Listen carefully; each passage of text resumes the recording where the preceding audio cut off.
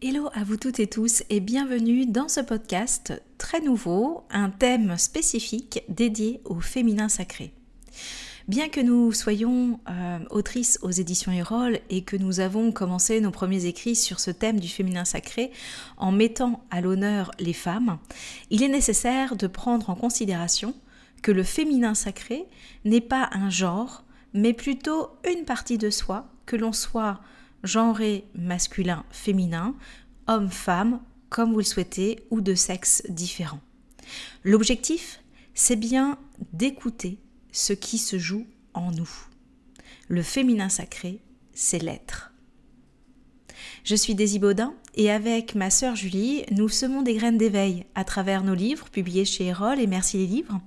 Et au-delà des mots, j'accompagne aussi les personnes à se retrouver et à s'épanouir, à oser pleinement être soi et à se libérer des peurs, des croyances, des conditionnements qui étouffent leur lumière.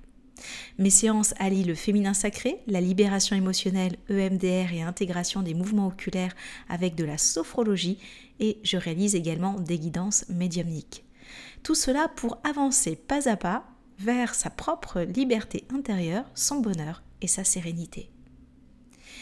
Aujourd'hui, pour ce nouveau podcast féminin sacré, j'ai envie de vous parler de notre premier ouvrage qui s'appelait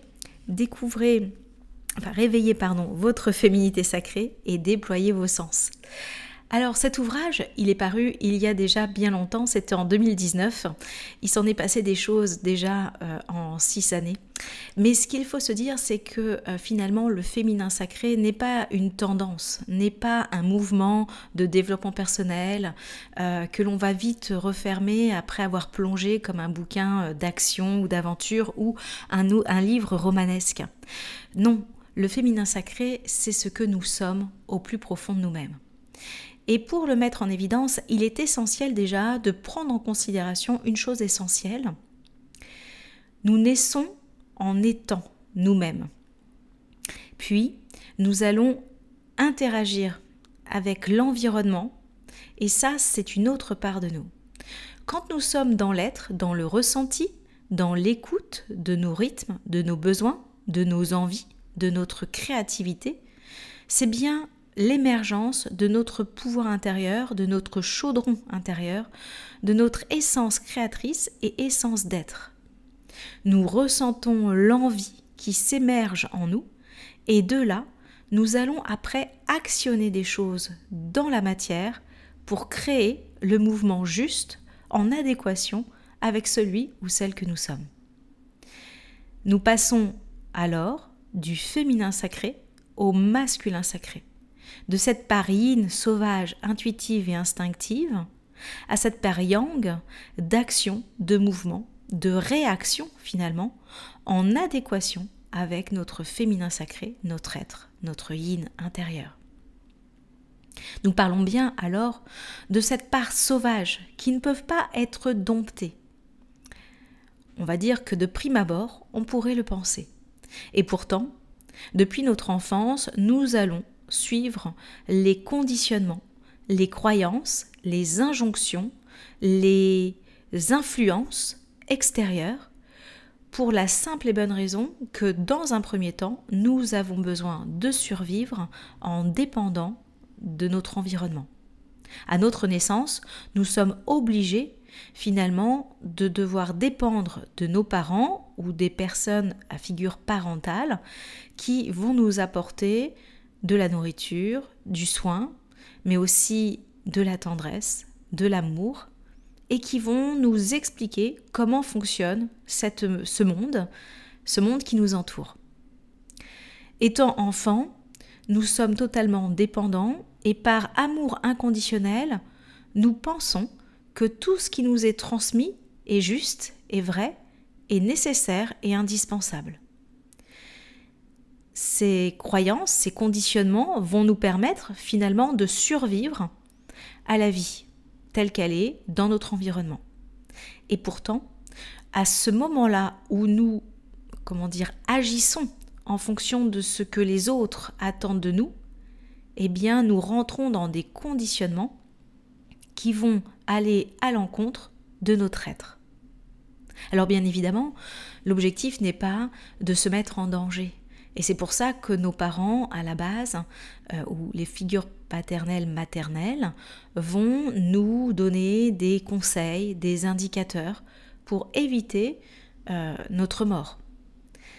Cependant, il y a un élément que l'on oublie dans cette transmission, c'est des éléments liés à la peur, liés aux blessures de l'être, qui viennent finalement conditionner aussi la manière de voir la vie, la manière de survivre à la vie dans laquelle nous sommes.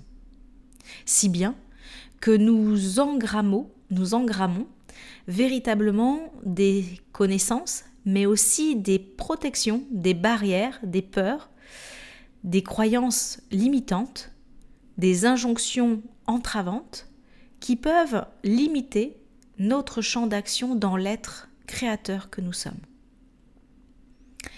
Par conséquent, nous allons très vite, dès les premières années de notre vie, modifier notre manière de faire. Nous allons peut-être parfois aussi modifier notre manière de penser, mais par contre, ce que l'on ne peut modifier, c'est notre cœur et c'est notre être. L'important, finalement, est de pouvoir l'écouter. Et là est toute la difficulté, parce que, évidemment, étant dans l'envie d'être aimé par nos proches, d'être reconnu par la société, d'être validé par tous ceux qui nous entourent, on peut parfois trahir notre être profond. On pourra toujours trouver les excuses qui permettent finalement de nous dire « bah oui, j'ai fait ça parce que », mais véritablement, si nous nous écoutons, nous sommes à l'encontre de notre être, donc nous allons être dans le paraître. Le paraître, c'est faire semblant, nous mettre des masques, mettre de jolis vêtements qui vont pouvoir peut-être donner une information qui va être validée par les autres, mais qui ne sera pas ce que nous sommes vraiment.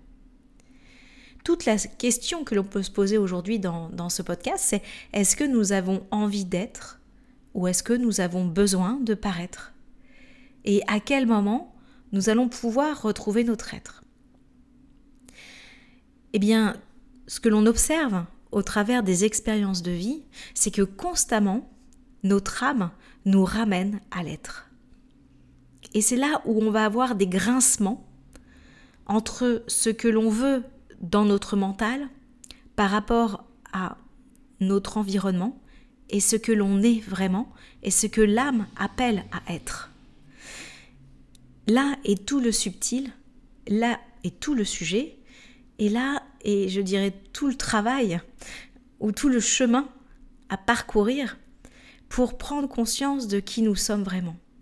Puisque si nous pensons que dès le plus jeune âge, nous perdons de notre lumière essentielle, de l'être, notre lumière intérieure de l'âme, que nous la camouflons pour être aimés et pour faire ce qui est bon ou juste ou pour survivre, eh bien, l'objectif est de savoir à quel moment nous avons été nous-mêmes et qui sommes-nous véritablement.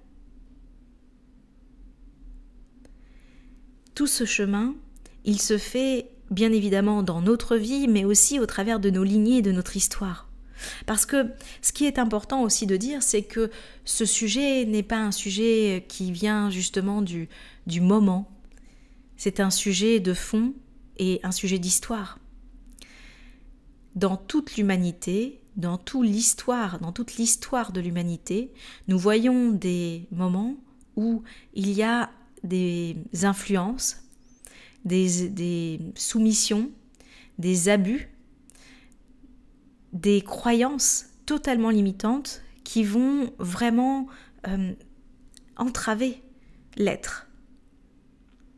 Et on le voit même encore aujourd'hui au travers de certaines sociétés et certains pays, où notre liberté d'être et liberté d'expression est bafouée, et où il est parfois extrêmement difficiles où nous avons le sentiment d'être dans un combat intense pour reprendre notre pouvoir intérieur, notre puissance d'être, et oser l'affirmer aux autres sans vouloir le combat, en voulant simplement pacifier notre lien entre ce que le monde nous propose et ce que nous sommes. Tout ce chemin demande une vraie réflexion et surtout un vrai parcours d'éveil, de conscience, de réflexion sur qui nous sommes vraiment et ce pourquoi nous mettons cette noble cause au devant de notre vie, ou pas. Comme d'habitude, nous sommes notre propre libre arbitre, nous sommes maîtres de notre incarnation, mais je dirais que même si nous essayons de conserver notre position égotique pour faire face à ce que les autres attendent de nous et en y répondant, en validant tout cela, nous sommes confrontés, malgré nous, à la vie qui nous pousse à en sortir. Tout va dépendre de notre résistance, de notre besoin de tenir bon sur notre posture, pour plein de raisons qui nous incombent évidemment. Je vous laisse sur cette réflexion, cette première ouverture du féminin sacré. Finalement, je n'aurais pas vraiment exprimé notre ouvrage « Réveillez votre féminité sacrée et déployez vos sens ». Je pensais que j'allais vous lire un extrait, ce sera pour peut-être une prochaine fois.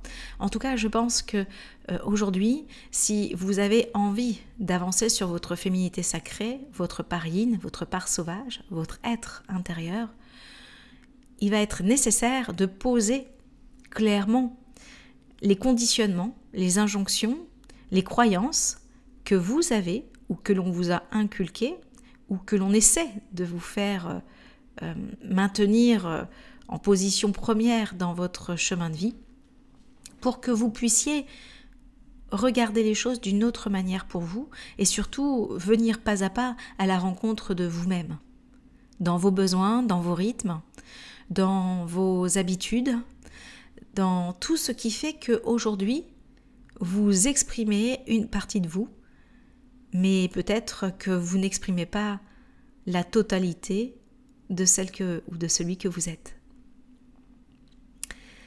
Je vous remercie pour ce premier podcast et je suis ravie de pouvoir ouvrir cette nouvelle playlist de podcasts avec vous sur ce thème du féminin sacré. Si vous avez envie de partager avec moi sur ce sujet, n'hésitez pas à me retrouver sur Instagram, daisy.baudin. Et puis également, vous pourrez retrouver l'ensemble de nos écrits, bien sûr, sur toutes les librairies de France ou les marketplaces. Et puis, si vous avez envie d'aller à la rencontre un peu plus en détail de notre parcours, etc., eh bien, n'hésitez pas à aller sur notre Instagram Plume avec un S de Gaïa. En tout cas, moi, je vous retrouve pour des consultations si vous le souhaitez, avec grand plaisir pour avancer sur ces chemins de libération et d'éveil de soi, pour arriver à retrouver ce chemin de la sérénité, de l'harmonie, de l'amour de soi, de l'écoute de soi et surtout de se réaliser pleinement pour se dire que finalement cette vie, elle aura compté parce qu'on se sera choisi. Je vous remercie de m'avoir suivi et je vous dis à très bientôt pour le prochain podcast.